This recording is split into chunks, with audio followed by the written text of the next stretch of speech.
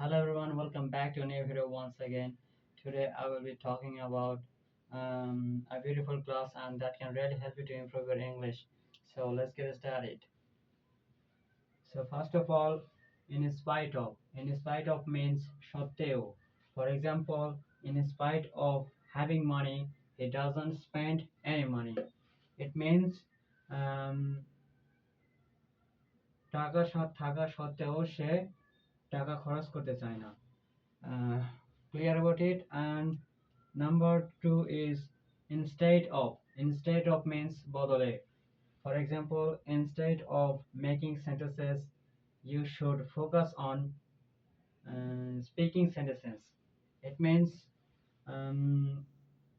বাক্য তৈরি করার বদলে you should focus on speaking sentences. বাক্য বলার দিকে ফোকাস করা উচিত. And number three is due to means কারণ. For example, due to not having money, I can't go to any center. It means টাকা না থাকা সত্ত্বে আমি কোন সেন্টারে যেতে পারি না. So,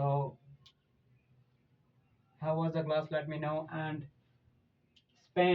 spend means খরচ.